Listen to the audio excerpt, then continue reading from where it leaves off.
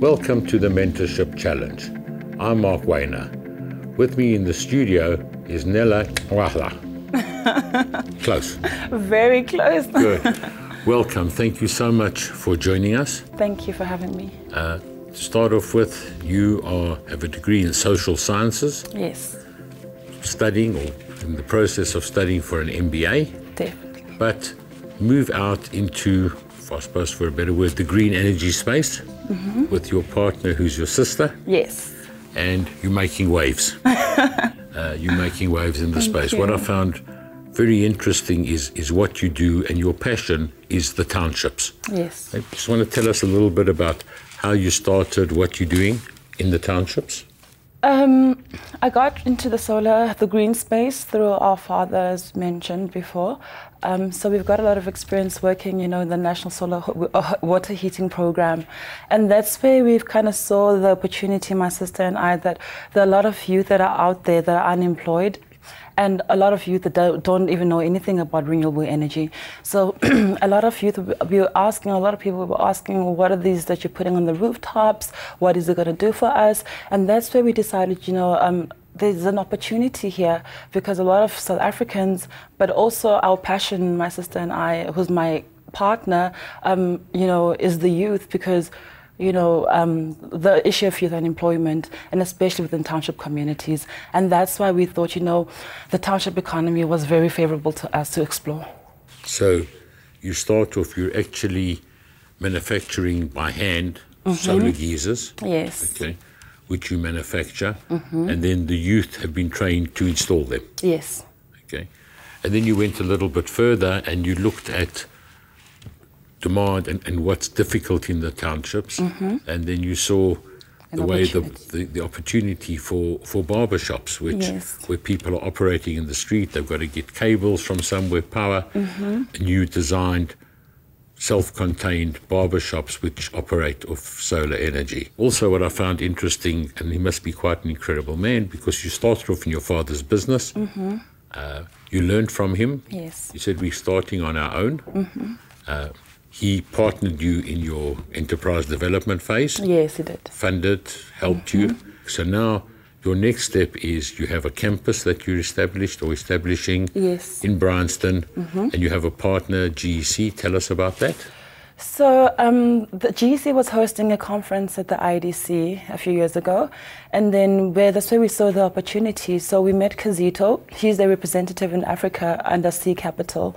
So we saw kind of similar synergies, because they were all about youth empowerment and opportunities in terms of exposing the youth to what's out there. But what the fundamental was, the whole renewable energy component to youth development wasn't there. And I think that's when we called him aside and asked him for a meeting. And we said, okay, listen, we see the whole GEC framework, but we're really passionate about renewable energy, and we see synergies amongst both companies, because you guys stand for everything that we advocate for, but we could bring in that renewable energy touch. So they were definitely keen on board, and we're finalizing now. So we're going to be having our training conducted at 22 on Sloan in Bryanston, under their campus, their business campus, and give opportunities to the youth that can't afford education to get a scholarship for a year. It's CETA accredited, so a new venture creation. So it's a 12-month program. So what we do also, we've sat around for a very long time and said, there's no point in training the youth and then only have them sit at home. So we need to create almost of an exit strategy for them. So that's where now our partners, with the people that we work with, like with the work we do for Bidvest for training, we're going to be placing them there so they can get work to do and be able to grow as well in their field. So they're going to be on this campus. They're going to train in renewable energy. They're gonna have a qualification under new venture creation, but we've selected renewable energy as the industry to zone, and seeing that that's what we specialize in. Okay, so you have this passion, you have contracts in terms of the geysers. Yes. You've got some, and now you've just had a major breakthrough in terms of 10,000 houses. Yes. That going into the townships that are going to be built by unemployed youth. Yes, and these houses are going to be powered in terms of solar, energy-efficient ways, and that's where you come into the smart picture. green building. So that's fantastic. So how many people do you think will be employed on that project? The minister has about 2,000 youth under her program called the Youth Brigade, which is in partnership with NHBRC, which we've now officially also just partnered up with an HDA. So there definitely will be more of 2,000 and more youth that will be employed. As you started this business and before, your father was obviously a mentor. Yes, you definitely. learned a lot from him around the dinner table talking about it. Did you have other mentors? Yes, I did. I've got a few mentors, male. I'm not really specific if it should be female or male, but I'm definitely still looking for a female mentor. Someone, who's been in the business, space for a very long time, who's had, international, experience to deal. Because I Look on our website, we can find you a mentor. I'm currently doing that and just screening through it and seeing maybe who'd be the best person to, ask to mentor me, because I feel like I want to be a global leader, in the few years to come. So I need to understand, international practices as well.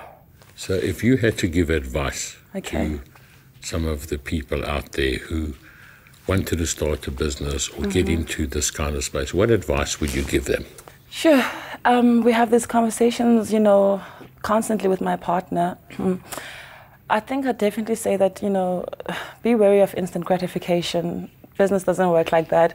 Actually, you have to put in the hours, the years, the time. It's been, 7 years in the space, and only now, suddenly, I'm starting to see, fruitful results yielding, and people want to know, what experience do you have? So I would definitely say that just be patient and don't give up. And then you need a formal structure when you have a business, because if you don't document things, if you don't have a mentor, if you don't follow processes, then you won't see the results, and you end up feeling like, you're not doing anything. And that's when you make the mistakes. And that's when you make the mistakes. So have a structure, in everything that you do. So that would be my message. That's excellent advice. Thank you so much. So now we come to the crunch time. Okay, right. So how many hours of your time are you going to give to mentor them? Okay, so when I thought about it, I really want to, and it's spread out throughout the course of the year. Yeah, it's a year. So I'm looking at about 40 hours, but then just beyond the 40 hours, I was just talking to my partner and saying, you never know if that youth needs an opportunity. So not only am I going to pledge the 40 hours, but we'll give them a year scholarship within our program to study at the GEC campus. That is unbelievable. So thank you so much for your 40 hours and for that scholarship. That's the first scholarship or anything of that kind we've had on this program. Okay, great. But now you're not off the hook yet, because now we would like you to challenge somebody who you think would make a good mentor, either in the field that you're in or anybody else. So I wanted to pass the buck on to my sister, who I'd love you to meet, and I think she'd also make an amazing mentor. So I'm challenging Nella Qata as the next mentor. And we're going to get hold of her. We're going to tell her, and she's going to do better than 40 hours. Of course. So I hope that doesn't create conflict. No, it doesn't. Nella, it's been an absolute pleasure meeting you, talking to you. You certainly have a passion for what you're doing. Thank you so much for joining us. If you would like to be mentored by Nella and be considered for the scholarship which she has generously pledged, please register on our website. It can and will change your life. And remember, you can go to our YouTube channel to catch up on all our previous interviews. We'll see you after the break.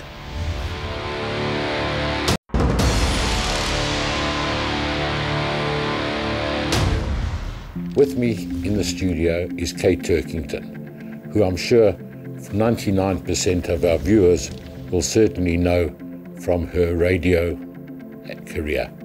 Kate, welcome. Absolute pleasure. Thank you. To have you Great with us. to be here. You go on forever. don't. I might just do that. Like the Duracell bunny. Your career, your broadcasting career started when you were in England with the BBC. And then you came to South Africa and carried on. But what I found fascinating, maybe you can just tell us about, is you actually got the travel bug in World War II, when traumatically all children were sent out of central London without their parents, out into the country, Evacuees. Evacuees. And I must tell you, Mark, what happened. I mean, I was 4, my sister was 6. We were plucked from the bosom of our family. We had brown paper labels tied to our little pink princess coats, put on a train, sent to God knows where. And the people who were to accept us into their families, they weren't paid, you know.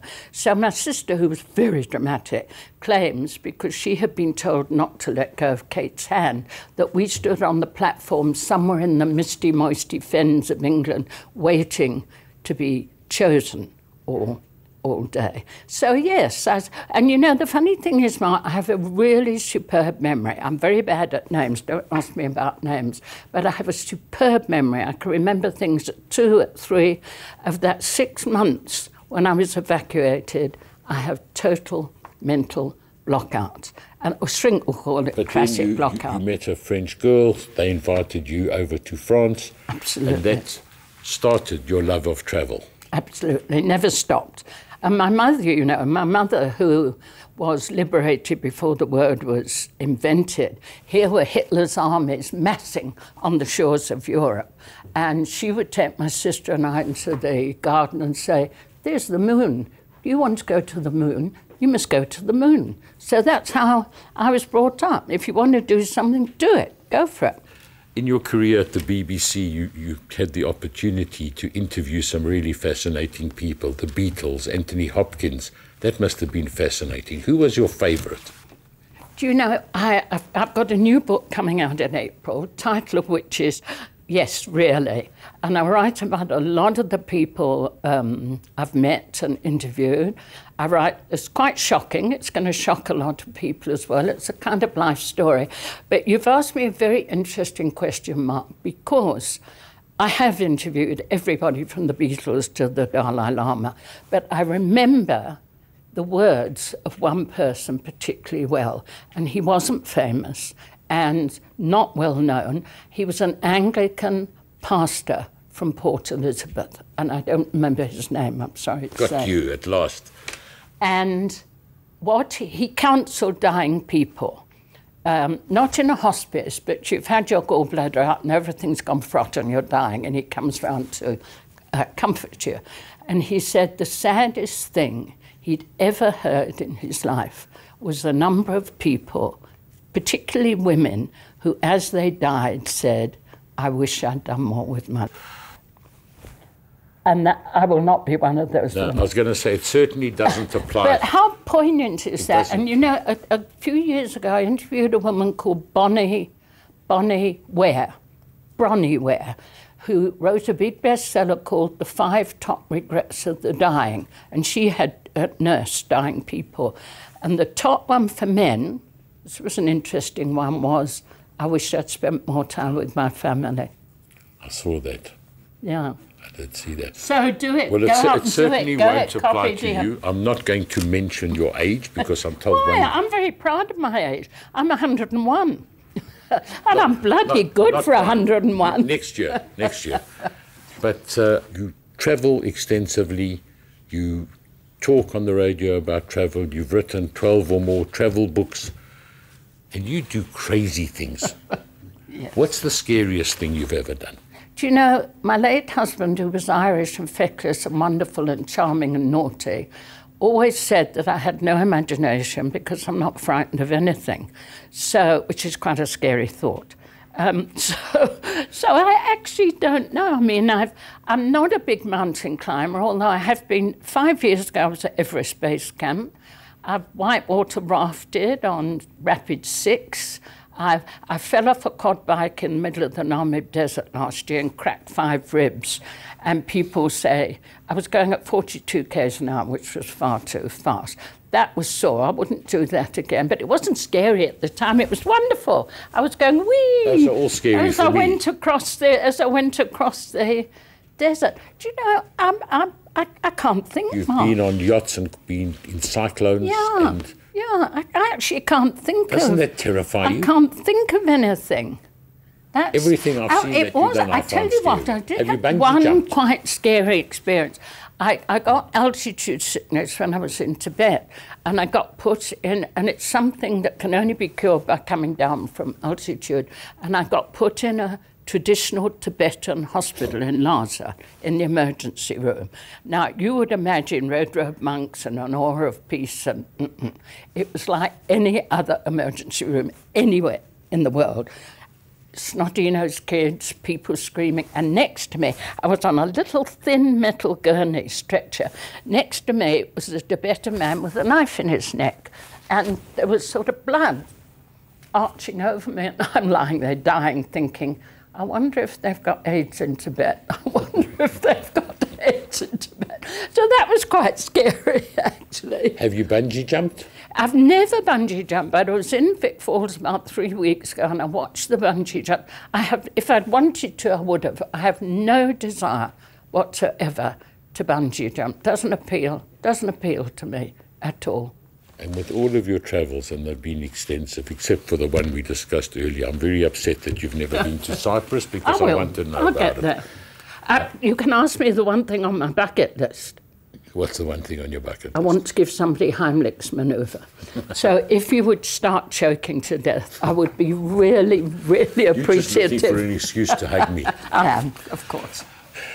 So let's just get back to your broadcasting career. Yeah. So, I mean, that's been remarkable. You had 20 years of doing the same show, the same time, the same host. I think that's got to be a record. It was, and I worked out I did about 4,000 interviews, because they were like your interviews. They were sort of in-depth. They weren't 3 minutes, you know. You could talk to people and get to understand them. I had a curse put on me by a cult in America, in Kansas. So the Turkington curse was put on me. But a few weeks afterwards, I was interviewed by Jesus Christ, who of course came from Southern California and had a silk suit and gold chains.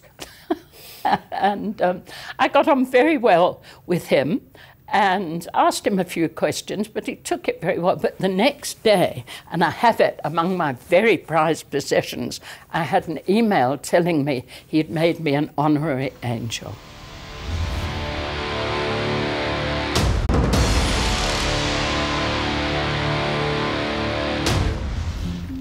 Do you have any regrets if you look back? No. No regrets, nothing you would do differently? No, no. I will not be one of those people who, as they die, say, if only, or what if. Don't be it. Nobody must do that. Mistakes? Oh, dozens. Dozens. Looking back, though, some of the mistakes were very good ones. You'll have to read the new book, because it's there, warts and all. And I won't tell you the first line of the book, so it'll get edited out. But even my publisher was quite shocked. But yes, of course I've made mistakes. I'm only human, very human. And you learn from the mistakes? Of course, of course. But you know, Mark, one of the things about getting older is you do get wiser. And when you're younger, you want everybody to like you and you want to make an impression. When you're old, you don't give, I've got to choose my words so carefully here, a damn. So along the way, broadcasting, travel, did you have any mentors? You know, when I was invited to come on this program, I had to think about that, because I'm so old, you know, I was born when dinosaurs ruled the earth, that I don't think the word mentor was even invented. I'd have to go to the Oxford Dictionary and check it out. But looking back, yes, when I was at university, there was a guy who sort of took me under his wing and said, you should go, you know, you should become part of the Students' Union. I said, no ways, I'm not political, whatever. Anyway, because of him, I became president of the SRC, so I can see he was. Mind you, those were the days we didn't march, we didn't protest, we went to parties and balls, and we had a wonderful time. And then at the BBC, I had two producers, a woman and a man, who, looking back, were my mentors in that the standards were so high. If we were saying to people out there who would like to get into the broadcasting business, to become somebody like you, what advice would you give them? I would advise them to, I did this with my own children, I'm doing it now with my grandchildren. I don't care what you want to do, Mark. If you want to be a welder or a lawyer or a hairdresser or a gardener, it doesn't actually matter. You must be good at it and you must enjoy it. And if you're good at what you do and if you enjoy what you do, you will be successful. And you know, in all my years of teaching at Wits and elsewhere, I taught in West Africa, as you know, I have never, and I can say this hand on heart, I can say this hand on heart, I have never, ever met anybody who wasn't good at something. But you must find out what it is you're good at. Everybody has a talent. And don't always listen to your parents who want you to be a doctor or a lawyer. As I always say, I can't think of anything worse than waking up every morning to go and do something you don't enjoy. Exactly. Well, you're the living embodiment of that too. Yeah. You followed your heart. You were successful. You did what you loved. And that's the passion, the enjoyment. Yeah. If you don't have that, And also I really dislike these programs and these brands that come up. You can be what you want to be. You can't be what you want to be. You're not going to win idols if you can't sing. You're not going to be an architect if you can't draw and you're not good at maths. So be realistic. Find out what you do well and then follow that. Or sometimes, as I say to people, find out what you don't do well, because that's what you avoid. Exactly. That's what you avoid. Kate, it's been fascinating. I just can't believe, given you're almost 101 years old, that you still have this vitality, this energy, and this insatiable quest to learn, to do. So it's really been wonderful.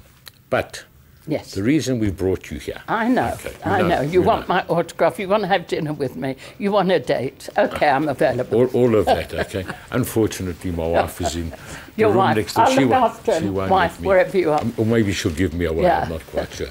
So what I want to know from you is, how many of your hours are you going to give us to mentor some of the young people out there who are watching the show, who would love to be given pearls of wisdom and guidance by the indomitable Kate Turkington? I've thought about this, and I've got to be realistic because of travelling so much. I thought I'd give, and you'll probably nag me about this, I thought I'd give 3 2-hour one-on-one sessions. So give me 3 young people, and I will start off certainly by spending a couple of hours each with them, and let's take it from there. And if they're no good, So what happens is, a lot of people will apply, you'll get their CVs, you'll choose.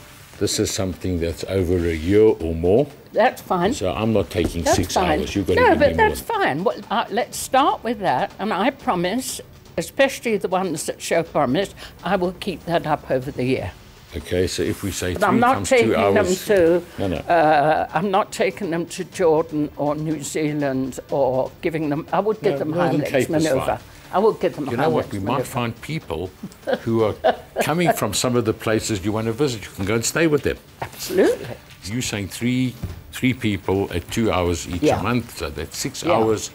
So I'm going to say, okay, some of them might work out, but if we look at it over a 12-month period, fine. I want you for 24 hours. Fine. Yeah, okay. You're a hard man. 2 hours a month, 12 You're months. a hard man. Okay. The next part of it is, do you know somebody? I have, but I haven't asked her. A very top journalist who I think will help. I don't know as much time as that, but let's see. All right, so what we'll do, our production team will get the name from you, we'll contact them, we'll tell them that they've been challenged by you, and they're going to threaten me. Yeah, they're going to threaten. They're going to blackmail me with bottles of Imperos gin. And you are timeless. You're going on forever. We could probably get 1,000 hours, and you'd live long enough to. Do you know what I said to a friend recently? I've got to live to be 100, so I get my telegram from the Queen. She said she'll be dead. Yeah, she will. Won't be the same from King Charles, will it? No. Don't like maybe I'll sort of kick the bucket at about 99. Yeah. Well, that's still, but you've passed that. You're already 100. Yes. Yeah. Well, I'm age is elastic. Kate, it's been an absolute pleasure been wonderful to meet you. I just can't get over what you do. You might think the things you do are not scary. For somebody like me, they are. I thought it might be scary meeting you. It hasn't been. It's been wonderful. Thank you so much. I wish you all the best. May all your remaining dreams and things you want to do happen. May you enjoy good health for many, many years to come. Thank you so much. Thank you. And you're coming quad biking with me next year. No. That's not for chicken. me. I'm an absolute chicken. I like my 5-star luxuries. If you would like to be mentored by Kate, please register on the website.